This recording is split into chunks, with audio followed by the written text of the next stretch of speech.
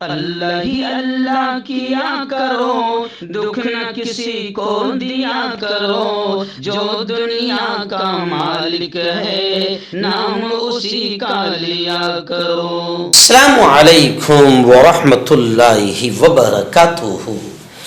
नाज़रीन, इस्तक़बाल है, स्वागत है आपका viral news live studio Jalgaon Maharashtra India में। मैं आपका मेज़बान मुफ्ती मोहम्मद हारून नदवी। आइए इंटरनेशनल टॉप 5 न्यूज़, दुनिया की 5 बड़ी ख़ास अहम खबरों पर नज़र डालते हैं। लेकिन सबसे पहले मैं अपील करूंगा कि जो साथी नए हैं और अभी तक इस बेबाक सच्चे चैनल से जुड़े नहीं हैं, अगर आप चाहते हो कि आपको मुल्क भारत की और पूरी दुनिया की सही और सच्ची खबरें देखने और सुनने को मिलें तो फिर आप इस चैनल से जुड़ जाइए। सब्सक्राइब कर लीजिए हमारे इस चैनल को, बेल आइकॉन घंटी के बटन को भी दबा दीजिए ताकि हमारी हर वीडियो हर खबर आपको आपके मोबाइल पर मिल सके। और हाँ नाज़रीन, हम हर रोज़ एक अपील करते हैं कि प्लीज़ ये एक प्राइवेट चैनल है और चैनल चलाने के लिए पूरी एक टीम काम करती है, बड़ा रुपया पैसा खर्च होता है। अगर आप चाहते हो कि ऐसे चैनल जो जुल्म और जालिमों के खिलाफ बेबाक अंदाज में बोल रहे हैं, अगर आप चाहते हो कि ऐसे चैनल मजबूत हों तो प्लीज़ आप चैनल की फाइनेंशियल हेल्प, माली ताउन, माली मदद ज़रूर कीजिए।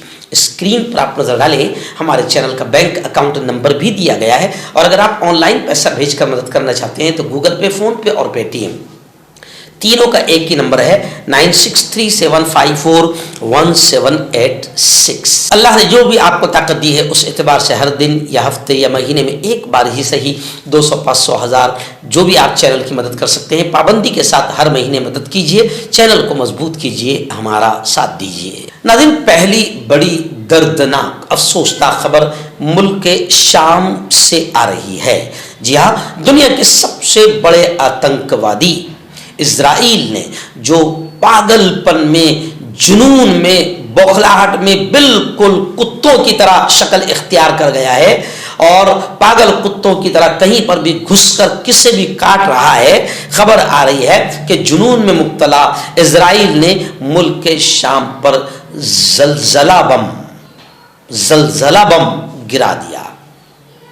जंगी निगरानी करने वाले ग्रुप के मुताबिक जलजला बम गिराने के बाद धमाका इतना बड़ा और शदीद हुआ कि जलजला पैमा सेंसर्स पर उस धमाके की शिद्दत 3.0 रिकॉर्ड की गई। इस धमाके की वीडियो सोशल मीडिया पर गर्दिश कर रही है। जुनून और दहशत वहशत में मुब्तला और बिल्कुल आतंकवाद का नंगा नाच करने वाले इज़राइल ने मुल्क के शाम पर एक ख़तरनाक किस्म का जलजला बम, जो जंगी कवानीन के मुताबिक वो यूँ समझिए कि बगावत है और जंगी जुर्म है, उस बम को गिरा दिया, जिसकी दिल दहला देने वाली वीडियोस सोशल मीडिया पर वायरल हो रही है। गैर मुल्की मीडिया रिपोर्ट्स के मुताबिक Syrian observatory for human rights ने कहा कि शाम के फौजी मकामात पर इजरायली हमलों ने आसमान को ज़बरदस्त धमाकों से भर दिया। एक धमाके की धमक इतनी हवलनाक थी कि जलजला पैमा सेंटर्स पर और सेंसर्स पर उसकी शिद्दत 3.0 रिकॉर्ड की गई। इस धमाके की वीडियो काफ़ी वायरल हो रही है। वीडियो में आप देख सकते हैं कि एक बहुत बड़ा चमकता हुआ जहन्नम जैसा आग का गोला देखा गया, जिसके बाद मुख्तलिफ धमाके हुए, जिसके नतीजे में फजा में धुएं का एक बहुत बड़ा बादल बन गया।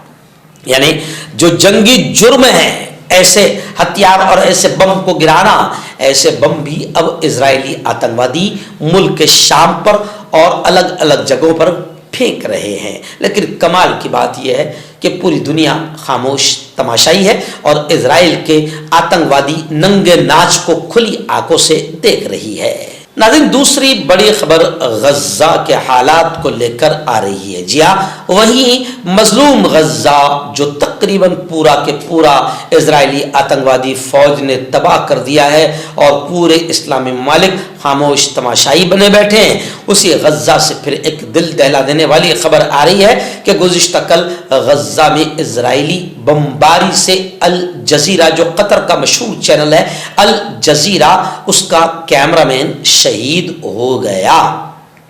जी हाँ, और अब अल जजीरा के कैमरामैन अहमद अल्लाह, इनकी शहादत के बाद गजा में जो सहाफ़ी, जर्नलिस्ट और पत्रकारों को शहीद किया गया है, उनकी तादाद अब 196 यानी 200 के करीब पहुंच गई है। वहीं पर गजा के हुक्काम ने आलमी बिरादरी से, पूरी दुनिया से अपील किया है कि फ़लस्तीन में जर्नलिस्ट, पत्रकारों, सहाफ़ियों का कत्लेआम रुकवाया जाए, इजराइल पर दबाव बनाया जाए। मैं आपको बता दूं कि गजा में गुज़िश्ता कल 24 घंटे में और मजीद इजरायली आतंकवादियों ने 66 फ़लस्तीनियों को, 66 फ़लस्तीनी सिटीजन्स को शहीद कर दिया, जिसके बाद शहीदों की तादाद अब फ़लस्तीन में 45,000 के ऊपर पहुंच गई है। नाज़रीन, सऊदी अरब से एक बड़ी खबर आ रही है। जी हाँ, सऊदी अरब में ऑनलाइन खरीदो फरोख्त, ऑनलाइन, यह ऑनलाइन जिसने तकरीबन मार्केट्स को ख़त्म कर दिया है, दुकानों पे बैठे हुए लोगों के रोज़गार और कारोबार को तकरीबन ख़त्म कर दिया है। सऊदी अरब की खबर आ रही है कि सऊदी अरब में ऑनलाइन खरीदो फरोख्त $5 बिलियन तक पहुंच गया। सऊदी अरब दुनिया भर में ऑनलाइन कारोबार की बड़ी मार्केटों में शामिल हो गया। ममलकत सऊदी अरबिया में मादा कार्ड्स के जरिए ऑनलाइन खरीदो फरोख्त $5 बिलियन तक पहुंच गई। खबर रसा इदारे की रिपोर्ट के मुताबिक अक्टूबर में सऊदी अरब में मादा कार्ड्स के जरिए ई कॉमर्स फरोख्त का हजम सऊदी रियाल के एतबार से $5 बिलियन तक पहुंच गया है, कि जो कि सालाना बुनियाद पर तकरीबन 37% का नुमाया इजाफा है। यानी ये खबर बता रही है कि सऊदी अवाम, खासतौर पर नौजवान और खुशहाल तबका ऑनलाइन खरीदी में तेजी से दिलचस्पी ले रहा है, और इसकी वजह बढ़ती हुई आमदनी, लोगों की आमदनी बढ़ गई, और ई कॉमर्स की सहूलतों और बचत से आगाही है। नाज़रीन, चौथी बड़ी खबर इस वक्त तेल अवीव से आ रही है। जी हाँ, वही इजराइल जो बिल्कुल आतंकवादियों की तरह घुसकर फ़लस्तीनियों की ज़मीन पर कब्जा किए हुए हैं। अब एक और बड़ी खबर आ रही है कि इजराइल ने मुल्क शाम में बशार अल असद की हुकूमत के ख़ात्मे के बाद इजराइल ने गोलान पहाड़ियाँ, जहाँ पर इजराइल ने फिर कब्जा किया है, उन पहाड़ियों पर इजराइल ने अपनी आबादी दोगुनी करने के मंसूबे को मंजूरी दे दी है। गैर मुल्की खबर रसा इदारे AFP की खबर के मुताबिक इस मंसूबे की मंजूरी के हवाले से वजीर आजम बेंजामिन नेतन्याहू के दफ्तर ने बताया कि हुकूमत ने जंग शाम में नए महाज खुलने और आबादी को दुगना करने की ख्वाहिश की रोशनी में गोलान की उन आबादी में इजाफे के लिए 40 मिलियन शेकल यानी 1 करोड़ 10 लाख अमरीकी डॉलर्स के मंसूबे की मुत्तफ़क़ा तौर पर मंजूरी दे दी है। मैं आपको बता दूं कि इजराइल ने 1967 से गोलान की पहाड़ियों के बड़े हिस्से पर कब्जा कर रखा है, जो कि एक स्ट्रेटजिक पोजीशन है, और उसने 1981 में इस इलाके को जम कर दिया था, जबकि इस इक़दाम की हिमायत और मंजूरी सिर्फ अमेरिका की जानिब से दी गई है। और जाहिर बात है, यह खबर भी बता रही है कि अमेरिका की जानिब से उसे मंजूरी मिली थी इजराइल को, यानी अमेरिका ही पूरी तरीके से आतंकवादी इजराइल को हर तरह से सपोर्ट करता है।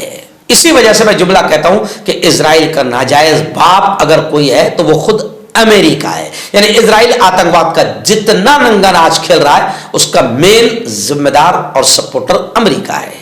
नाज़रीन, आखिरी बड़ी खबर इंडोनेशिया से आ रही है। जी हाँ, इंडोनेशिया के प्रेसिडेंट यानी सदर बताया जा रहा है कि 10,000 कैदियों को वो माफ कर देंगे।